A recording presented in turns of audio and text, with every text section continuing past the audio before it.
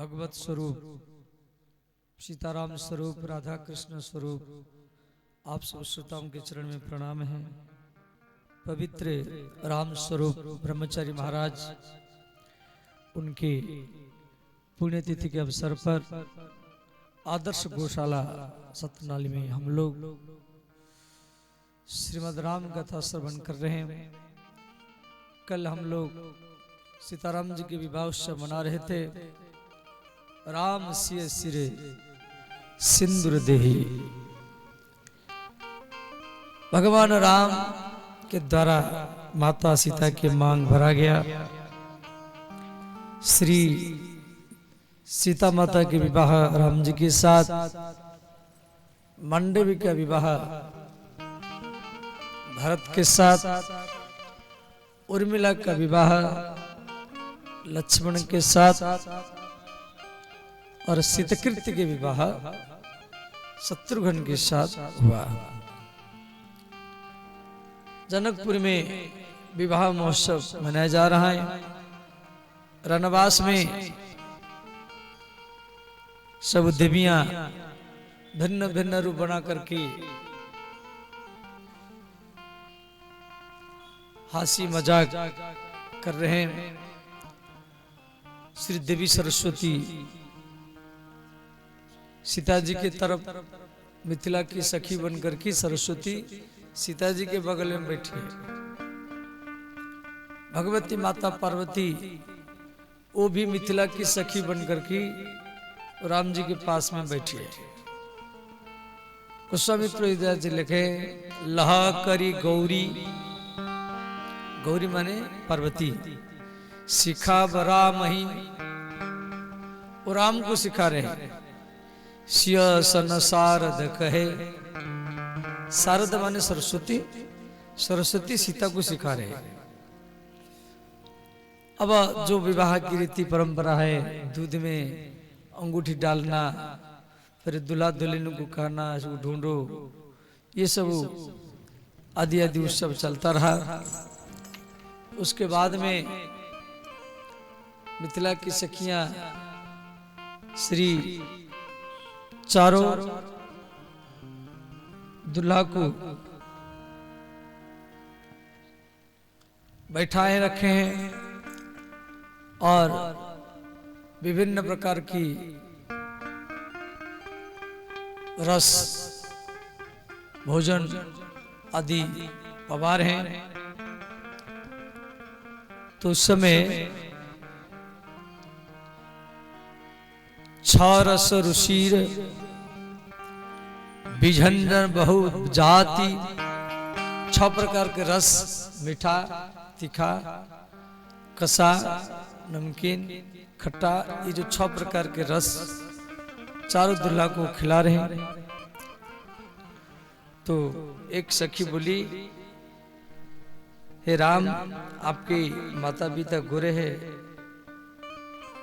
आप काले कैसे बन गए?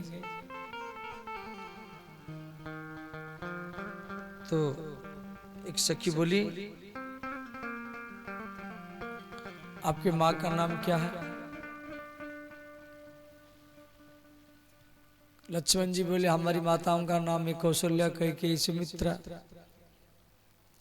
सखी उसको दूसरा अर्थ कर दिया, कौशल्या के कई सुमित्रा, माने कौशल्या के कई मित्र है, कौशल्या के कई सुमित्र, ऐसा अर्थ कर दी।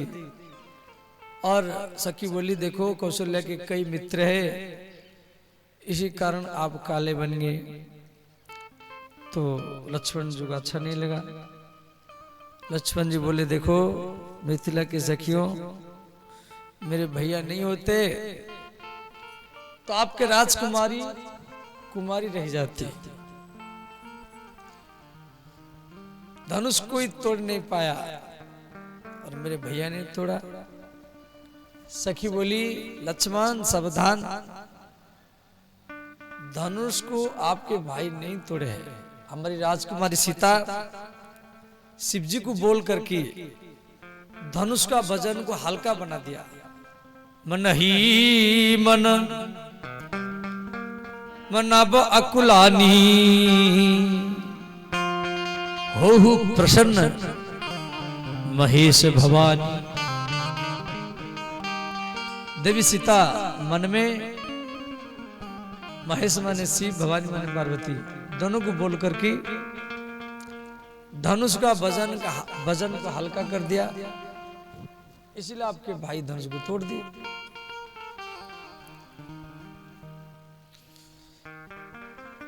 इतने में लक्ष्मण जी बोले, देखो मेरे भाई के चरण के स्पर्श से एक पत्थर अहल्या बन गया।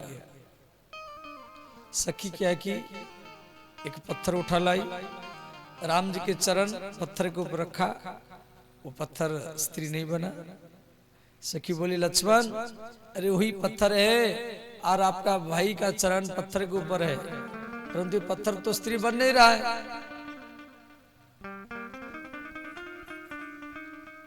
अब तो लक्ष्मण का बड़ा बेइज्जती हुआ। जेबत देहि मधुर धुनि गारी, ससुराल में गाली भी अच्छा लगता है। ले ले नाम पुरुष और नारी,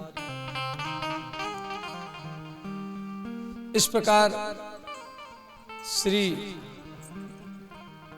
मिथिला के सखियां देवी सीता के दोनों जूता को, दोनों चरण पादुका को, जूता को एक पेड़ के नीचे रख दिया, एक लाल चुंदरी ढाक दिया, फूल अगरबत्ती धूप बत्ती। अब मिथिला की सखियां बोली, चारों दुल्हाओं को, हे दुल्हा सरकार, यह हमारे कुल देवी है, यहां प्रणाम करो। तो राम जी प्रणाम नहीं किए, वो ऐसे ही चले गए। तो लक्ष्मण जी पीछे पीछे, लक्ष्मण जी को बोले आप प्रणाम करो। लक्ष्मण जी बोले मेरे भाई प्रणाम नहीं किया तो हम क्यों करेंगे, हम नहीं करेंगे। उसके पीछे शत्रुघ्न जी बोले मेरे दो भाई प्रणाम नहीं किए तो हम क्यों करेंगे, हम नहीं करेंगे। और सबसे पीछे भरत जी थे। भरत जी को बोले आप प्रणाम करो। भरत जी को बोलने से पहले भरत जी क्या किए, दोनों जूता को उठा करके अपने सिर पर रख लिए। श्री भरत जी का प्राण ही सीताराम जी के चरण पादुका है। नित्य पूजत पांवरी, भरत जी सीताराम जी के चरण पादुका को नित्य प्रति पूजा करते हैं। अब महाराज दशरथ जनक जी को बोले, महाराज बहुत दिन हो गया, बहुत कई महीना बीत गया, अब मैं अयोध्या जाऊंगा।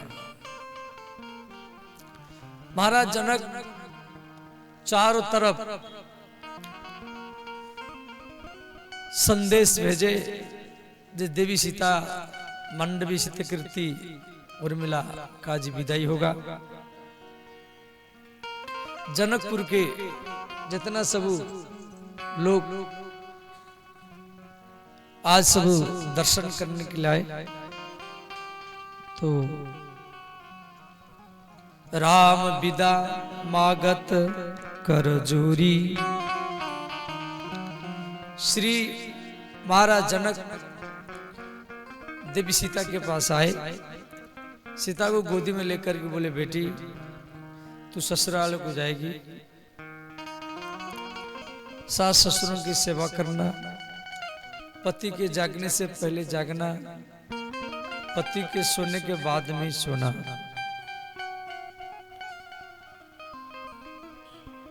तो देवी सीता जनक जी को बोलती पिताजी ये ससुराल क्या होता है। महाराज जनक सुन करके रो जाते हैं, जब हमारी बेटी को मालूम नहीं है ससुराल होता क्या है। अब श्री चारों दुल्हनों का पुनि पुनि मिलत सखिन बिलगाई, बाल बच्चा जिमी धेनु लबाई। जिस प्रकार बछड़ा से गैया को अलग कर दिया जाए और गैया रोती है, उसी प्रकार श्री सुनैना जो सीता जी की माँ है, उनको सखियां अलग करती हैं। अब देवी सीता महल के ऊपर जाती हैं, जनक महल के ऊपर श्री राम जी भी जाते हैं। तब महल के छत के ऊपर खड़े होकर के मिथिला वासियों को सीताराम जी अंतिम दर्शन दिए। और जैसे महल की छत से उतर करके पालकी में बैठने के लिए माता जानकी गई, माता जानकी पालकी में बैठ चुके हैं और चारों दुल्हन बैठ चुके हैं। तो देवी सीता जो सुगा पालन की थी, उस सुगा, उस सुगी वो भी रो रहे हैं, हे सीते, हे वैदेही, सुख सारी का जान की जा, सुख सारी का जान की जाए, सुख सारी का जान की जाए, सुख सारी का जान की जाए, कनक पिंजरनी राखी पढ़ाए, कनक पिंजरनी राखी पढ़ाए। कनक पिंजरा में जो सुख सारिका को देवी सीता राम राम रटाती थी, और वह सुख सारिका व्याकुल कही कहाँ वैदेही, व्याकुल कही कहाँ वैदेही, व्याकुल कही कहाँ वैदेही, व्याकुल कही कहाँ वैदेही। श्री राम जय राम, जय जय राम, श्री राम जय राम, जय जय राम।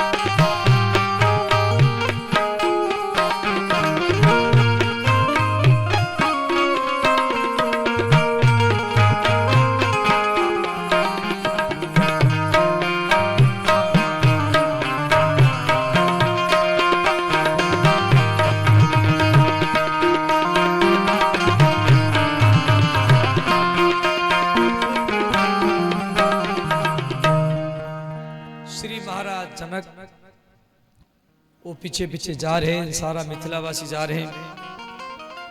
जनकपुर से बराती अयोध्या की ओर वापस जा रहा है, परंतु महाराज जनक प्रेम के कारण वो वापस जा नहीं रहे। बहुत दूर जाने के बाद में श्री महाराज दशरथ जनक जी को कह रहे, महाराज आप यहीं से वापस चले जाइए, अब बहुत दूर आगे है। बहुरी बहुरी कौशलपति कहई, कौशलपति माने दशरथ, जनक प्रेम बस फिर न छहई। अंत में महाराज जनक राम जी के चरणों को पकड़ करके रोने लगे। बोले राम, यदि सीता कुछ गलती करे उसको क्षमा कर देना, यही मेरा अंतिम मांग है। श्री दशरथ जी को जनक जी बोले महाराज, मेरे 4 बेटी आज आपके साथ अयोध्या जा रहे हैं। यदि मेरे बेटी कुछ गलती करे आप उनको क्षमा कर देना, यही मेरा मांग है। दशरथ जी जनक जी को गोदी में ले लिए। बोले महाराज, आप 4 कन्या दान करके मुझे आजीवन आप ऋणी बनाया है, ये ऋण में चुका नहीं पाऊंगा। श्री महाराज जनक वहीं से वापस आ रहे हैं। आते समय एक गौ माता जनक जी के आगे आगे भी जा रहे हैं। गौ माता कौन थी? देवी पृथ्वी गौ के रूप में वो भी सीता जी का विदाई कर रही थी। और देवी सीता जिस जमीन से प्रकट हुई थी उसी जमीन के मेड़ के ऊपर बैठ करके महाराज जनक रोने लगे। बेटी जब ससुराल को चली जाती है तो घर खाली खाली लगता है। ऐसे लगता है कि घर से कोई लूट गया। और महाराज जनकपुर में आए तो उनको जनकपुर अच्छा नहीं लगा। और ठाकुर जी के घर में जाते हैं। ठाकुर जी के घर में जनक महाराज रोते हैं। दूसरा दिन पुष्प वाटिका में जाते हैं और पुष्प वाटिका में जो भगवती का मंदिर है वो पत्थर का मूर्ति है भगवती, और वो पत्थर का मूर्ति भी रो रहा है सीता जी की याद में। श्री भारतीय शास्त्र में बेटी को घर का इज्जत कहा जाता है। देखो समाज में बेटा और बेटी, बेटा माता पिता के पास में रह कर के, कोई भी बेटा माता पिता के पास में रह कर के जितना सेवा करता है, बेटी दूर में ससुराल में रह कर के उसे कई गुना ज्यादा ही सेवा करती है। बेटी को दुहिता कहा गया। वो दोनों कुल की हित करती है, ससुराल की हित करती है और पियर घर की भी हित करती है, इसीलिए उसको दुहिता कहा जाता है। पिता मरने के बाद में और पुत्र पिता के शरीर को स्मशान तक ले जाते हैं। बेटी बाद में आई, वो देखा जब मेरे पिता के शरीर को मेरे भाई स्मशान तक ले चुके हैं, फिर भी बेटी मर्यादा को तोड़ करके यदि स्मशान में माता लोग को नहीं जाती हैं, फिर भी बेटी मर्यादा को तोड़ करके अपने पिता के मरे हुए शरीर को एक बार देखने के लिए वो रोती हुई स्मशान तक ही चली जाती है।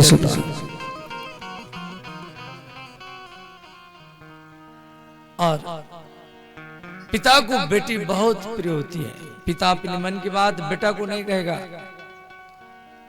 स्त्री को भी नहीं कहेगा, परंतु बेटी को कहेगा। इसीलिए बेटी को घर का इज्जत कहा जाता है।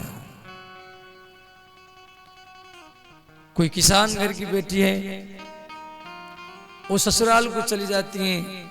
मान लो सास ससुर कुछ बोल रहे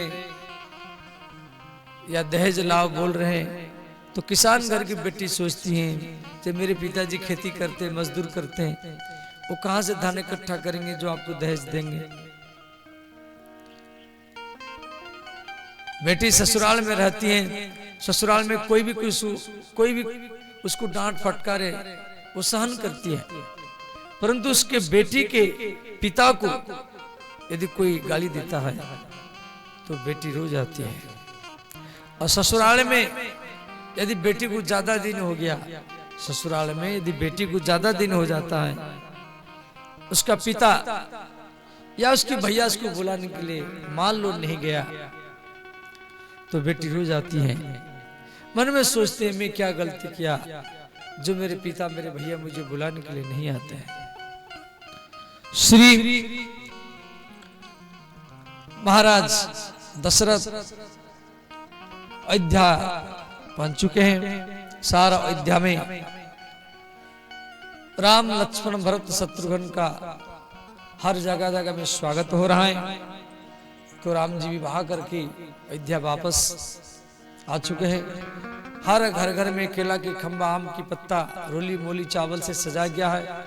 चारों दुल्हा दुल्हनों को आरती किया जा रहा है। तो श्री कई कौशल्या सुमित्रा सबका आरती किए और महल में स्वागत किए। कोई भी दुल्हन, कोई भी कन्या जब दुल्हन बन के आती है तो उसके मुख देखने के लिए सब लोग आते हैं, सब स्त्रियां आती हैं। तो सीता जी के मुख देखने के लिए पहले कैकेयी माता आई। कैकेयी माता सीता के मुख देख करके अब मन में सोची मैं सीता को भेंट में क्या दूं।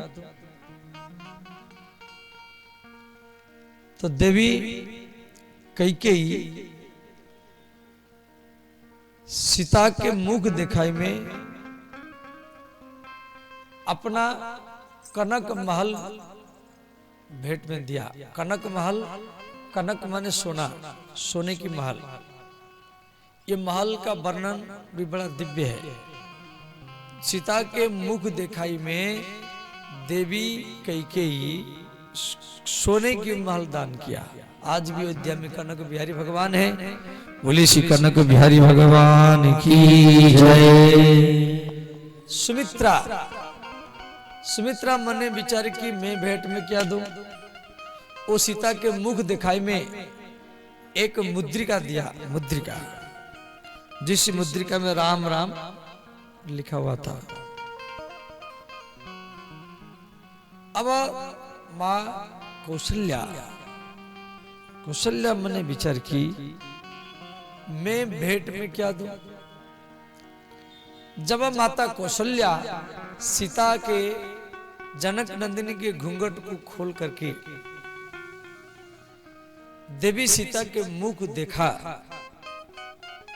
तो माता कौशल्या इतना प्रसन्न हो गई। तो मन में विचार कि मैं भेंट में क्या दूं। कैकेयी सोने की महल दान किया, सुमित्रा सोने की मुद्रिका दान किया जिसमें राम नाम लिखा हुआ है। अब मैं भेंट में क्या दूं। तो कौशल्या माता क्या की देवी सीता को अपनी गोदी में बैठाई और राम जी को बुलाई, जो पुत्र राम आप मेरे पास जल्दी आओ। तो कौशल्या एक जांग में सीता को बैठाई, दूसरी जांग में राम को बैठाई। तो माता कौशल्या ने किया कि राम के हाथ को लेकर के सीता के हाथ में सदा सदा के लिए दान कर दी सीता, और राम के हाथ को सीता के हाथ में पकड़वा दी। बोली सीते राम आपके है।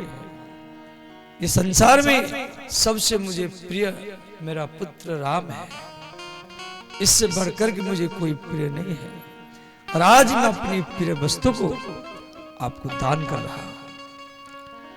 श्री देवी जनक नंदिनी सीता अत्यंत प्रसन्न हो गई, भीतर से प्रसन्न हो गई। उसके बाद में अयोध्या के जो सखियां थी, अयोध्या की स्त्रियां वो भी सीता जी के मुख देखने के लिए आई। तो कुछ स्त्रियां सीता के मुख देख कर जा रही और कुछ स्त्रियां आ रही। तो आने वाली स्त्री जाने वाली स्त्री को प्रश्न की, सीता कैसी है? तो जो देखकर की गई थी, सीता जी के मुख दर्शन करके गई थी, वो बोली सीता हमारी जैसी है। अब आने वाली स्त्रियां मन में विचार कर रही आपकी जैसी है। देखो, जूथ जूथ मिली चली सुवासिनी। जूथ को जूथ स्त्रियां महिलाएं सीता जी के मुख देखने के लिए आती थी। सीता जी का मुख हम लोगों का जैसा नहीं है। जिस प्रकार शीशा में, दर्पण में, कांच में आप अपना मुख देखते हैं,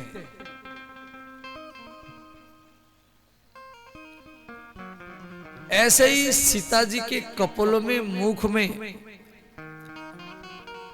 ये अयोध्या की स्त्रियां अपना मुख देखती थी। परंतु शीशा, दर्पण थोड़ा कठोर होता है, सीता जी के मुख कोमल है। इसलिए अयोध्या की स्त्रियां जब सीता जी का दर्शन करने के लिए आती थी, तो सीता जी के मुख में, कपोलों में वो स्त्रियां सब अपना मुख ही दर्शन करती थी। इसलिए सब स्त्रियों को ऐसे लगती थी सीता हमारी जैसी है।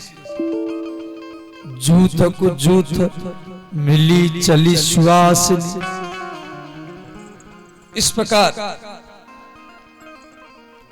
अयोध्या में देखो, कोई भी कन्या जब दुल्हन बनकर की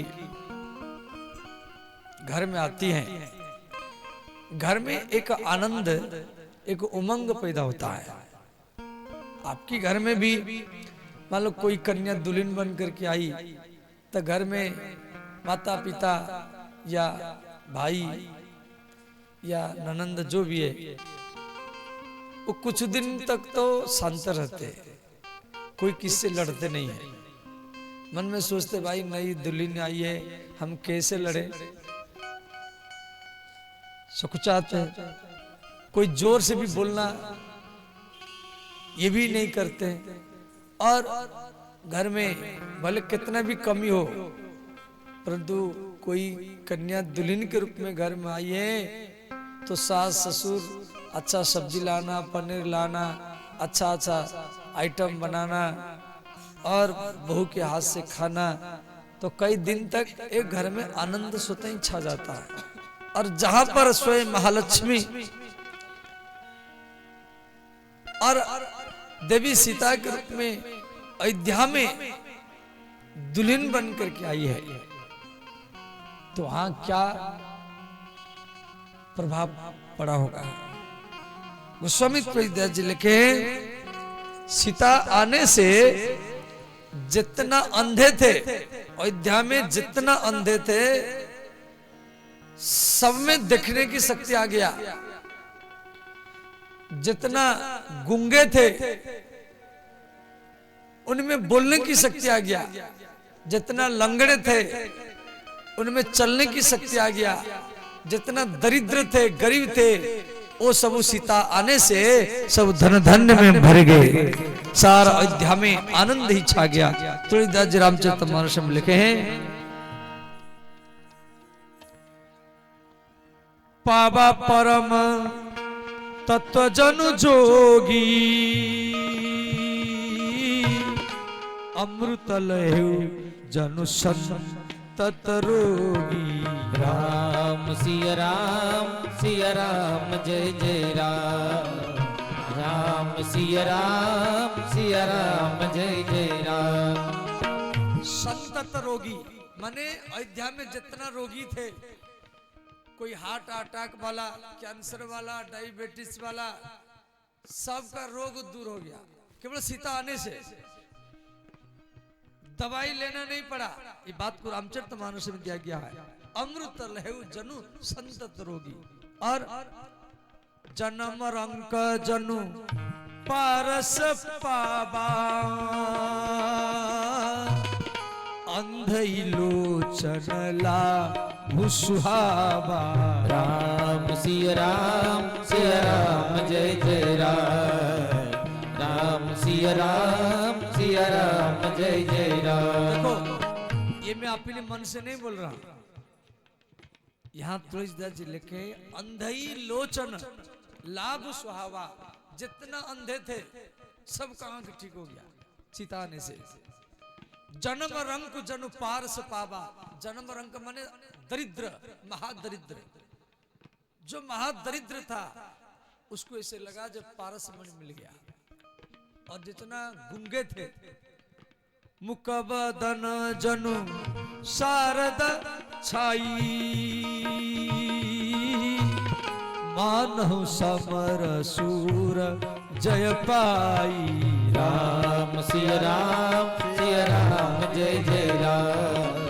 राम सिया राम जय जय राम। सब गाइए, दोनों हाथ उठा कर गाइए।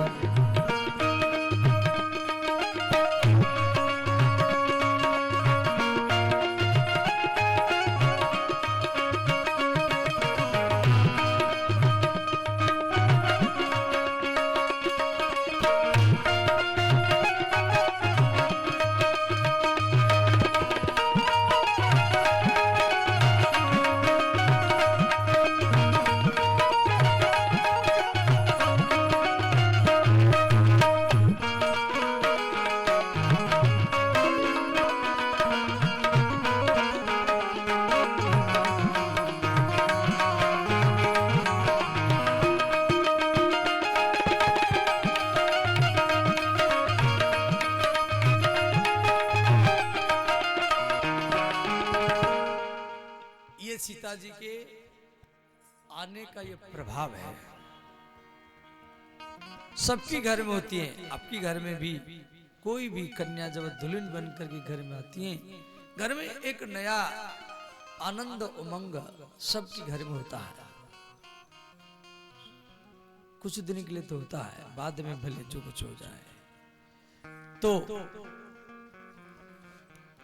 अब श्री राम जी सोने की पलंग में लेटे हुए हैं और चद्दर यहां तक ओढ़ रखे हैं, कंठ तक। राम जी सोने की पलंग में लेटे हैं और कौशल्या, कैकेयी, सुमित्रा और दशरथ के और जितना सब पत्नियां हैं वो सब राम जी के अगल बगल में बैठे हैं। तो मां कौशल्या प्रश्न किया, पुत्र राम, हम सुना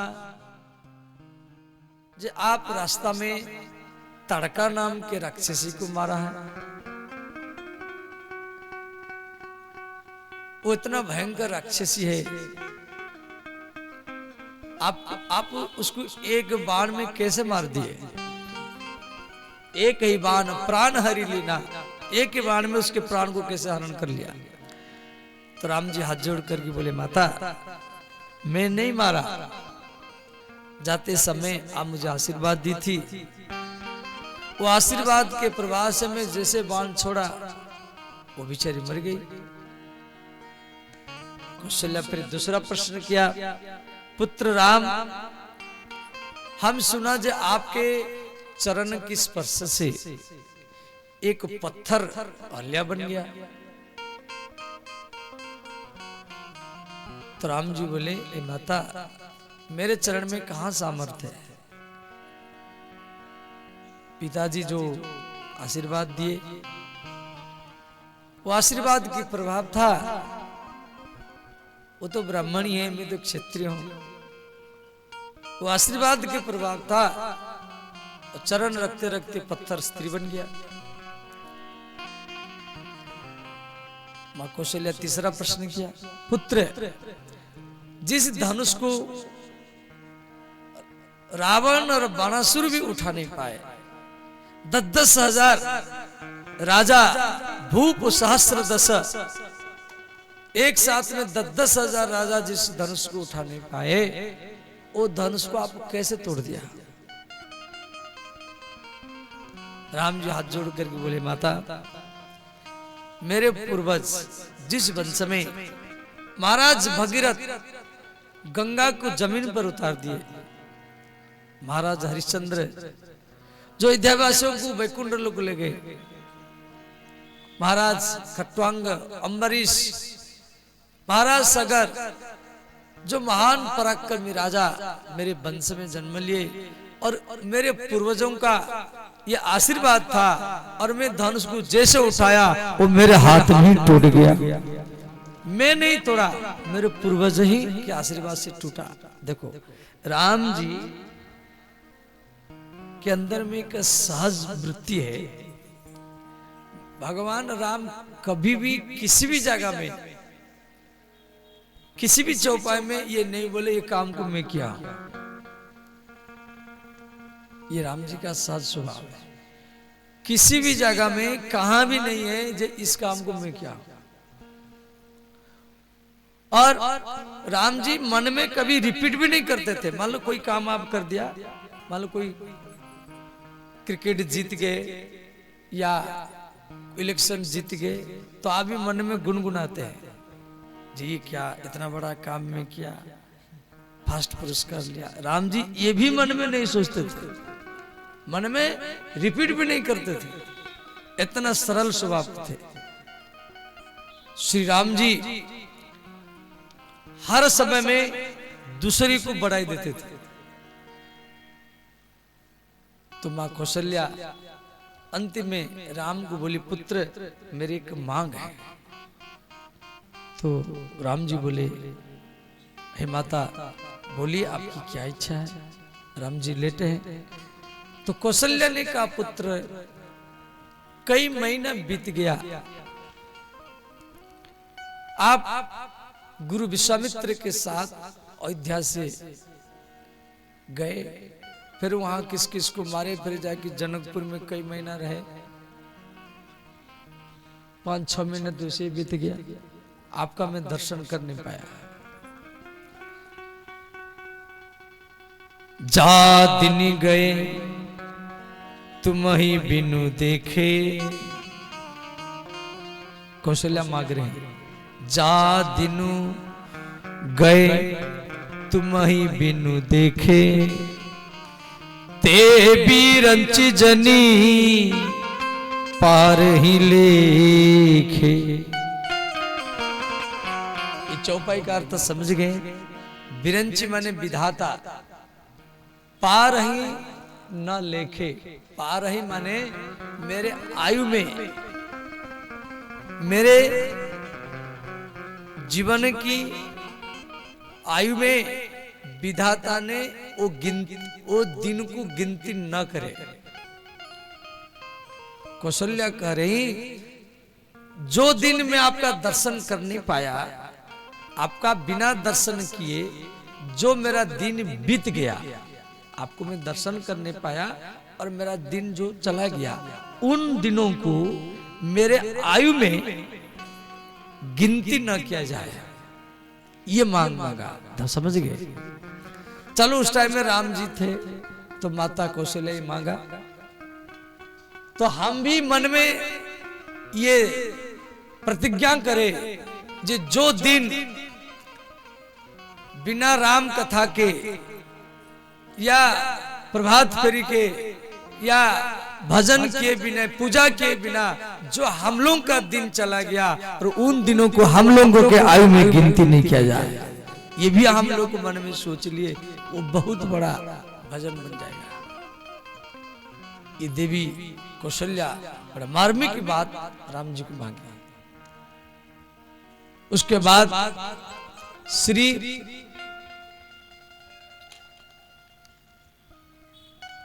अयोध्या में आनंद ही आनंद है। श्री गोस्वामी तुलसीदास रामचरितमानस में लिखे हैं, जब तेरा मुंह ब्याही घर आए, जब तेरा मुंह ब्याही घर आए, जब तेरा मुंह ब्याही घर आए। जब ते राम ब्याही घर आए। नित नव मंगल मोद बधाए। नित नव मंगल मोद बधाए। नित नव मंगल मोद बधाए। नित नव मंगल मोद बधाए। मंगल भवन अमंगल हारी। मंगल भवन अमंगल हारी। द्रवहु सुदशरथ अजीर बिहारी। द्रवहु सुदशरथ अजीर बिहारी। श्री राम जय जय राम। श्री राम जय जय राम। श्री राम जय जय राम। श्री राम जय जय राम। सब गाइए हर हर महादेव।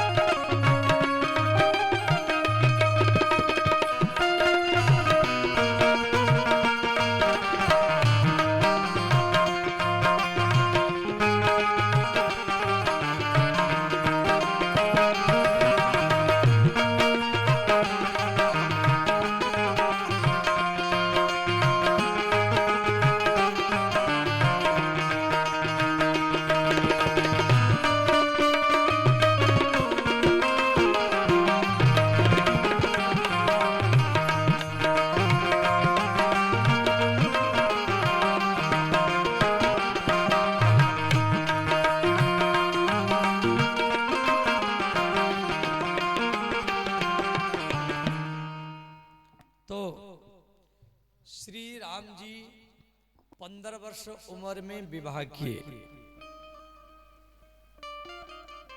भगवान राम अयोध्या में आकर की 12 वर्ष रहे हैं। विवाह के बाद में तुरंत वनवास नहीं हुआ।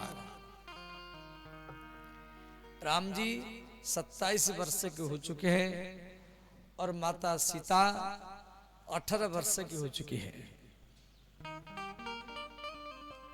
तो महाराज दशरथ नहा करके आए, कंघी कर रहे हैं, तो कान के किनारे में सफेद बाल देख करके दशरथ महाराज मन में सोचे अब मैं वृद्ध हो गया हूं, राम को राजगद्दी में बैठा हूं, युवराज पद में बैठा हूं। मंत्रिमंडल को बुलाए, गुरु वशिष्ठ जी आए, ब्राह्मण समाज आए। तो श्री दशरथ महाराज वशिष्ठ जी को बोले, गुरुजी कोई मैं मन में सोच रहा हूं जो राम को राजगद्दी में बैठाऊं, युवराज पद में, इसके लिए कोई तिथि लगन बार बताइए, कौन सा महीना में, कौन सा पक्ष में, कौन सा वार में और किसी समय में, किस मुहूर्त में मैं राम को राजगद्दी में बैठाऊं, ये बताइए। गुरु वशिष्ठ बोले, बेगी विलंब न करिय, नृपसाज्य सबु ही समाज, सुदीन सुमंगल तब ही जब राम हो ही युवराज। ये दोहा का अर्थ समझ गए। वशिष्ठ जी बोले दशरथ को, राजन हम लोग ब्याह शादी के लिए महीना बार मुहूर्त तिथि ढूंढते हैं, कौन सा महीना में शादी करे। पौष मास में कोई शादी करना नहीं चाहता है, कार्तिक महीना में, फागुन महीना में, इन महीना में शादी कराते हैं। परंतु वशिष्ठ जी बोले राजन, इन महीना में, इन मास में, इन बारों में, पक्ष में, मुहूर्त में, तिथि में सामर्थ्य नहीं है जो राम जी को पवित्र करे। जैसे आप लोग को सोचते हैं कि इसी महीना में, इसी पक्ष में, शुक्ल पक्ष या कृष्ण पक्ष, या इसी बार में, बुधवार में, इसी मुहूर्त में प्रतिष्ठा होना चाहिए, या मुंडन संस्कार होना चाहिए, या जनेऊ संस्कार होना चाहिए, तभी पवित्र माना जाएगा। तो वशिष्ठ जी बोले राम के लिए मुहूर्त का आवश्यक नहीं है, राम के लिए तिथि बार महीना का भी आवश्यक नहीं है। राम जिस मास में, जिस पक्ष में, जिस बार में, जिस मुहूर्त में राजगद्दी में बैठ जाएंगे, वही मास, वही बार, वही मुहूर्त, वही पवित्र हो जाएगा। बेगी विलंब न करिए नृप साज्य सबुई समाजू, सुदीन सुमंगल तबहि जब राम हो ही जुबराजू। तो दशरथ जी बोले गुरुजी तो कल कर दिया जाए। वशिष्ठ जी बोले ठीक है, कल कर दिया जाएगा। तो श्री दशरथ जी चारों ओर द्रुतगामी घोड़ाओं को भेजे, सेवकों के द्वारा जाओ, यमुना से जल लाओ, सरस्वती नदी से, कावेरी से, गोदावरी से, ब्रह्मपुत्र से, गंगा से राम जी का राज्याभिषेक होगा। हरिद्वार से, जगन्नाथपुरी से, वृंदावन से जल लाओ, मिट्टी लाओ, औषधि लाओ, राम जी के राज्याभिषेक होगा। सब रात रात में इधर उधर सब चले गए। और इधर सारा अयोध्या को रात भरी सजाया जा रहा है, पूरा रात भरी सब चप्पे चप्पे में रास्ता घाट झाड़ू लगना, पानी छीटना, गोबर से लिपाई पोताई करना, केला की खंबा, आम की पत्ता से, रोली मूली चाबर से पूरा हर गली को, हर चौरा को, हर मोहल्ला को, हर आंगन को सजाया जा रहा है कि कल राम जी राजगद्दी में बैठेंगे। और इधर श्री वशिष्ठ जी राम जी के महल में जा रहे हैं। गुरु आगमन सुनत रघुनाथा, द्वार आई पद नायो माथा। जब राम जी को मालूम पड़ गया मेरे गुरु जी आ रहे, वो तुरंत दरवाजा में चले गए। देखो ध्यान देना,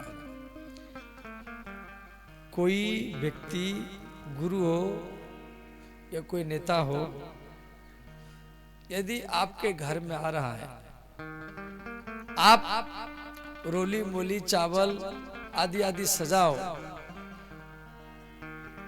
अच्छा है।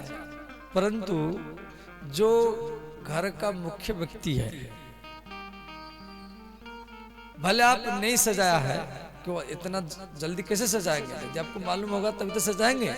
राम जी को तो मालूम नहीं है जरा गुरु जी आ रहे हैं, वो तो अचानक आ गए। तो ऐसा परिस्थिति यदि आपके सामने कभी आए, आप सारा काम को छोड़कर के दरवाजा में चले जाओ, वो सबसे बड़ा स्वागत ही बना जाएगा। यदि आप सोचेंगे कमरा के अंदर में रहेंगे, बैठे रहेंगे और सोचेंगे वो यहाँ तक आएंगे तभी हम जाएंगे, कुछ लोग ऐसे करते मैं देखता हूँ, वो कमरा के अंदर में बैठे रहते हैं, सोचता हम बाहर क्यों जाए, वो यहाँ आने दो। ऐसा राम जी नहीं किए। राम जी गुरु आगमन सुनत रघुनाथा, द्वार आई पद नायो माथा। उसके बाद में वशिष्ठ जी महल के भीतर में आए तो वशिष्ठ जी बोले, राम कल आपको राज तिलक दिया जाएगा, युवराज पद में बैठा जाएगा, इसलिए मैं आपको कुछ राजनीति शिक्षा देने के लिए आया हूं। अब बताओ, ध्यान देना, अयोध्या का राजा, अयोध्या का राजा, उस समय अयोध्या संपूर्ण पृथ्वी का राजधानी था। उस समय में संपूर्ण पृथ्वी का राजधानी था अयोध्या, और अयोध्या का राजगद्दी राम जी को सौंपा जा रहा है। वशिष्ठ जी शुभ समाचार देने के लिए आए हैं, राजनीति सिखाने के लिए आए हैं, तो राम जी खुशी नहीं हुए, राम जी खुश नहीं हुए। हम लोग मुख्यमंत्री पद के लिए, राष्ट्रपति पद के लिए, प्रधानमंत्री पद के लिए इतना लालायित रहते, परंतु राम जी के अंदर में ऐसा कोई लालसा नहीं रहा। आपस में होड़ करते हैं, मैं जीतूंगा, वो जीतूंगा, ये भी ना, ये सोच नहीं राम जी के अंदर। जन में राम जी उदास हो गए ये बात को सुनकर की, और बोले, गुरुजी ये तो बहुत बड़ा अन्याय है। वशिष्ठ जी बोले, अन्याय? क्या अन्याय है? राम जी बोले, गुरुजी हम चारों भाई राम, लक्ष्मण, भरत, शत्रुघ्न जन्म में एक संग, एक दिन में हमें जन्म लिया। भोजनो शयन केली लरिकाई, हमें एक साथ में भोजन करते, चारों भाई एक साथ में खेलते हैं, एक साथ में चारों भाइयों का मुंडन संस्कार हुआ, चारों भाइयों का एक साथ में जनेऊ संस्कार हुआ, चारों भाई एक साथ में हम गुरुकुल में विद्या भी अध्ययन किया। कर्ण वेद उपवीत, उपवीत माने जनेऊ संस्कार, विवाह, और चारों भाई एक साथ में हम शादी भी किया। संग संग सब भय उछाह, परंतु आज अयोध्या में सूर्यवंश में एक घोर अन्याय हो रहा है। अन्याय क्या? मुझे मेरे पिताजी राजगद्दी में बैठाने के लिए जा रहे हैं, और भैया भरत शत्रुघ्न है नहीं। विमल वंश यह अनुचित एकु, विमल वंश यह अनुचित एकु। विमल, विमल माने पवित्र वंश, विमल वंश यह अनुचित एकु, विमल वंश यह अनुचित एकु। बंधु बिहाई बड़े ही अभिषेकु, बंधु बिहाई हरे ही अभिषेकु। बिहाई, बिहाई माने छोड़ करके, भरत को छोड़ करके, बंधु बिहाई बड़े ही अभिषेकु, बंधु बिहाई हरे ही अभिषेकु। श्री राम जय राम, जय जय राम, श्री राम जय राम, जय जय राम।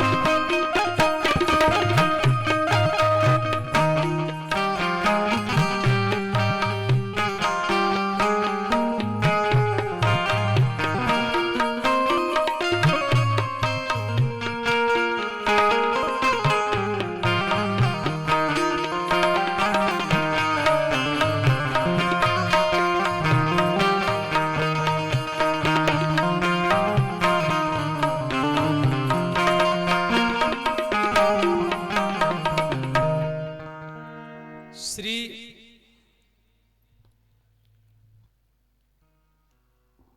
दशरथ जी तैयारी कर रहे हैं।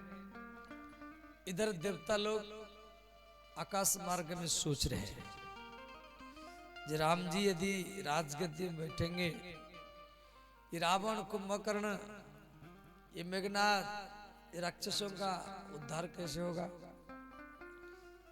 तो देवता लोग को सरस्वती को बोले, माता ऐसा दिमाग चलाओ जैसे राम जी वन में जाए। सरस्वती अयोध्या के आकाश में घूम रही, तो कैकेयी की एक दासी जिसके नाम है मंथरा, नाम मंथरा मंदमती चेरी कैकेयी केरी। तो सरस्वती ने क्या कि मंथरा के दिमाग में बैठ गई। मंथरा सजावट को देख करके कैकेयी के पास आई, बोली महारानी सारा अयोध्या को सजाया जा रहा है रात भरी। तो कैकेयी ने कहा, रे दासी कल राम को राजगद्दी दिया जाएगा। मंथरा ने कहा, महारानी कल राम को राज तिलक दिया जाएगा, तो यदि राम राजा बनेंगे तो राजमाता कौशल्या बनेगी, कौशल्या राजमाता बनेगी। क्यों? कौशल्या राम की माँ है और आपको कौशल्या की दासी रूप में रहना पड़ेगा। कौशल्या के महल में झाड़ू लगाना पड़ेगा, बर्तन साफ करना पड़ेगा, झूठा बर्तन साफ करना पड़ेगा। तो राम राजा बनेंगे तो उनकी माँ राजमाता बनेगी, आपको दासी बनना पड़ेगा। ये बात को सुनकर की कैकेयी नाराज हो गई। कैकेयी ने कहा, मंथरा सावधान, तू घर फोड़ी है, घर को फोड़ने वाली, फूट डालने वाली, भेद बुद्धि डालने वाली। मैं तेरे जीभ को पकड़ करके खींच लूंगी। अब मंथरा घबरा गई, मंथरा घबरा गई। कैकेयी ने कहा, मंथरा हम 3 माता हैं, कौशल्या, कैकेयी, सुमित्रा, हम 3 माता हैं। कौशल्या सम सब महतारी, राम ही सहज सुभाव प्यारी। कैकेयी ने कहा, मंथरा हम तीनों माता समान राम को प्रिय है, परंतु तीनों माता में से राम सबसे ज्यादा मुझे ही प्रेम करते हैं। वो पर करही सनेहु भी सेखी, मैं करी प्रीति परीक्षा देखी। मंथरा मैं परीक्षा करके देखा, राम सबसे ज्यादा प्रेम मुझे करते हैं। सच में राम जी यदि कौशल्या माता के गर्भ से जन्म लिए हैं, परंतु राम जी ज्यादा कैकेयी के महल में रहते थे। एक बार माँ कौशल्या, जब राम जी छोटे थे, माँ कौशल्या राम को बोली, पुत्र राम आप कैकेयी के गोदी में हर रोज सोते हैं और आज ये हमारी गोदी में सोए। तो राम जी छोटे हैं, कौशल्या माता के गोदी में सोए हुए, तो राम जी को नींद नहीं आया। कौशल्या ने कहा, पुत्र राम आपको नींद नहीं आ रहा है। राम जी बोले, माता मुझे कैकेयी माता की याद आ रहा है, मुझे नींद नहीं आ रहा है। जब राम जी को नींद नहीं आ रहा है तो राम जी कह रहे हैं, कौशल्या कोई माता मुझे कैकेयी माता की गोदी में छोड़ दो। और जैसे अर्धरात्र में माँ कौशल्या किवाड़ को खोल कर की राम को कैकेयी के गोदी में सुलाने के लिए जा रहे हैं, तो माँ कैकेयी दरवाजा के पास में खड़ी होकर के रो रही रात में। कौशल्या ने कहा कैकेयी आप यहां खड़ी हुई हैं। कैकेयी कह रही जीजी राम के बिना मुझे नींद नहीं आ रहा। तब कौशल्या जानती थी कि कैकेयी को राम कितना प्रिय है और राम को कैकेयी कितना प्रिय है। कैकेयी मंथरा को बोली मंथरा ये दुनिया में सबसे प्रिय अपना देह है। सबको अपना देह सबसे ज्यादा प्रिय होता है शरीर, और देह से ज्यादा प्रिय कौन है ना अपना प्राण। सबसे ज्यादा प्रिय देह और देह से ज्यादा प्रिय है प्राण, और प्राण से मुझे भी ज्यादा अधिक प्रिय है राम। प्राण ते अधिक राम प्रिय मोरे। प्राण ते अधिक राम प्रिय मोरे। प्राण ते अधिक राम प्रिय मोरे। प्राण ते अधिक राम प्रिय मोरे। तिनके तिलक छोभु कस तोरे। तिनके तिलक छोभु बस तोरे। मंथरा को कैकेयी ने कहा अरे मंथरा प्राण ते अधिक राम प्रिय मोरे। मुझे मेरा पुत्र भरत इतना प्रिय नहीं है जितना मुझे मेरा राम प्रिय है, और वो राम को कल राजगद्दी दिया जाएगा। प्रसन्न होना चाहिए। अब देवता लोग चिंतित हो गए।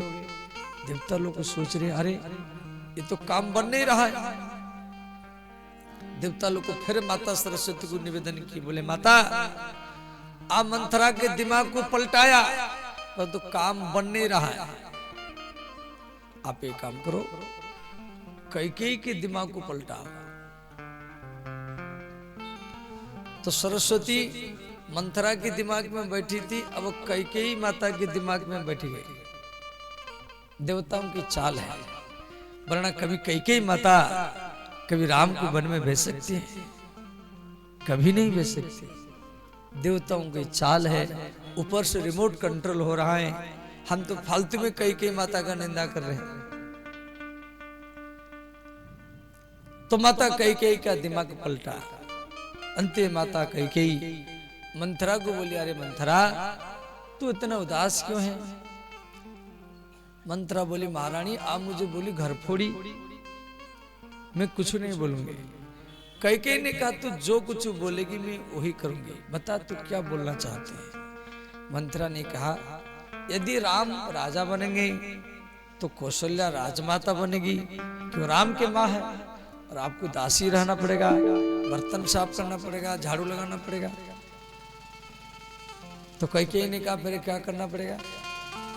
मंथरा ने कहा देखो आपको महाराजा दो वचन दे रखे हैं,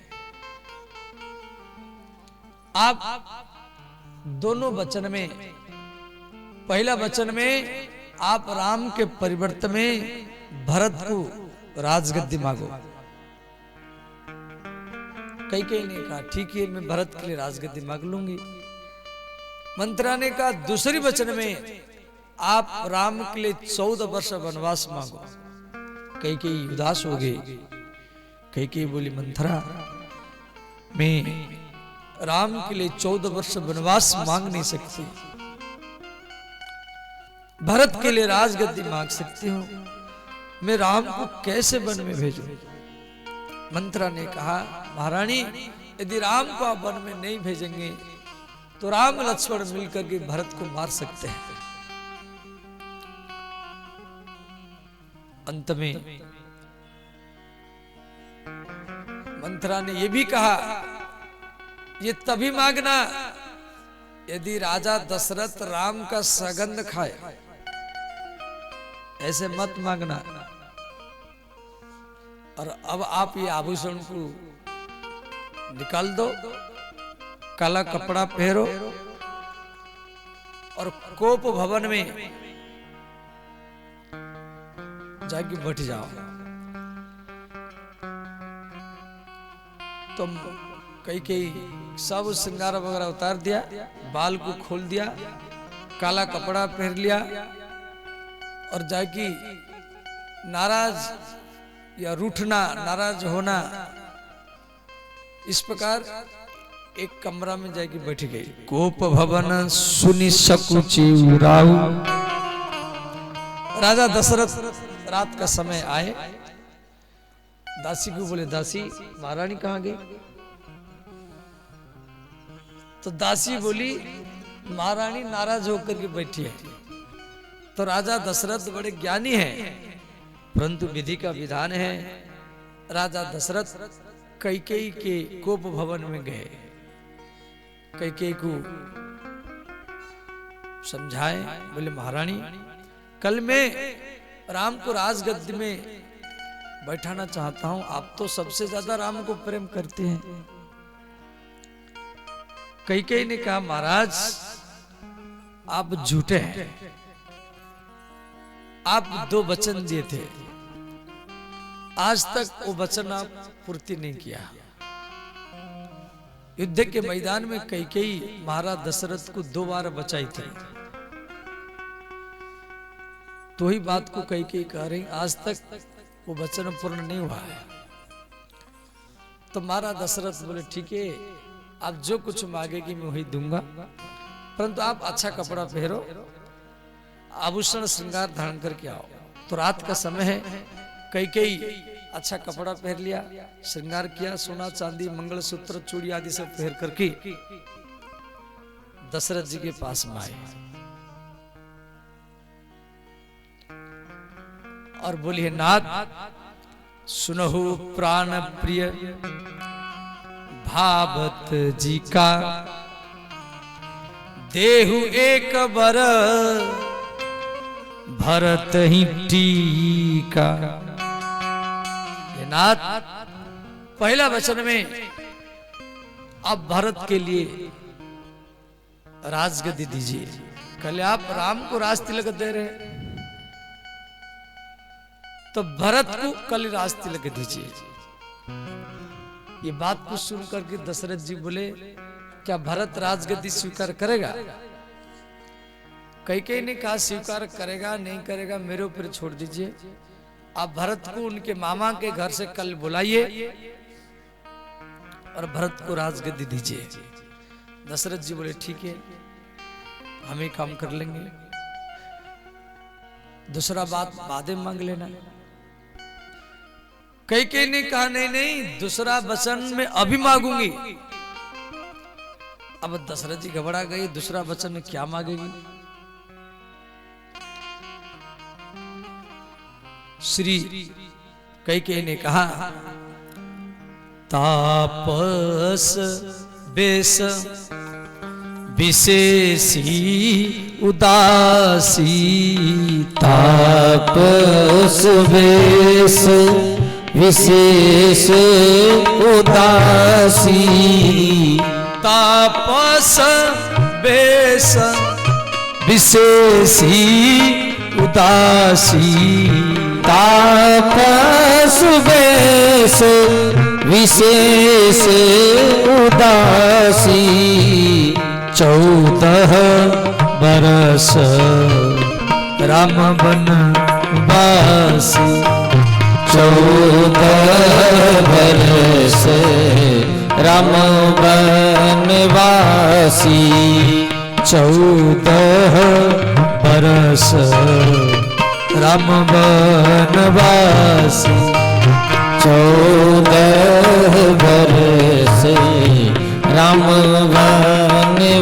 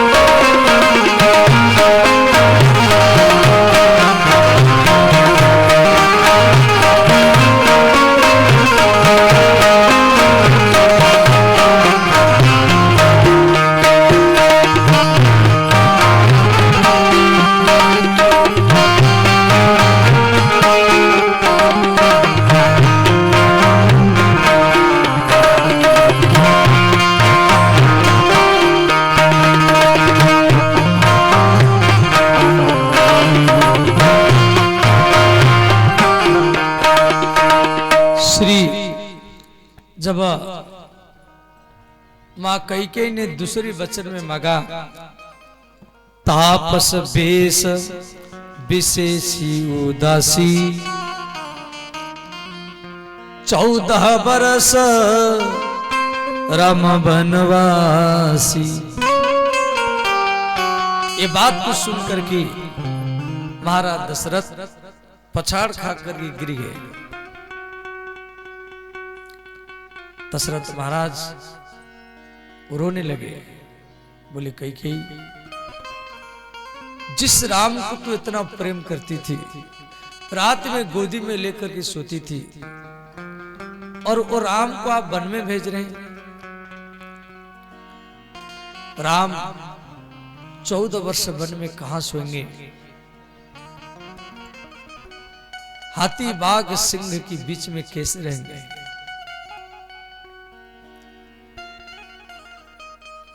वर्षा ऋतु गर्मी ऋतु कैसे बिताएंगे?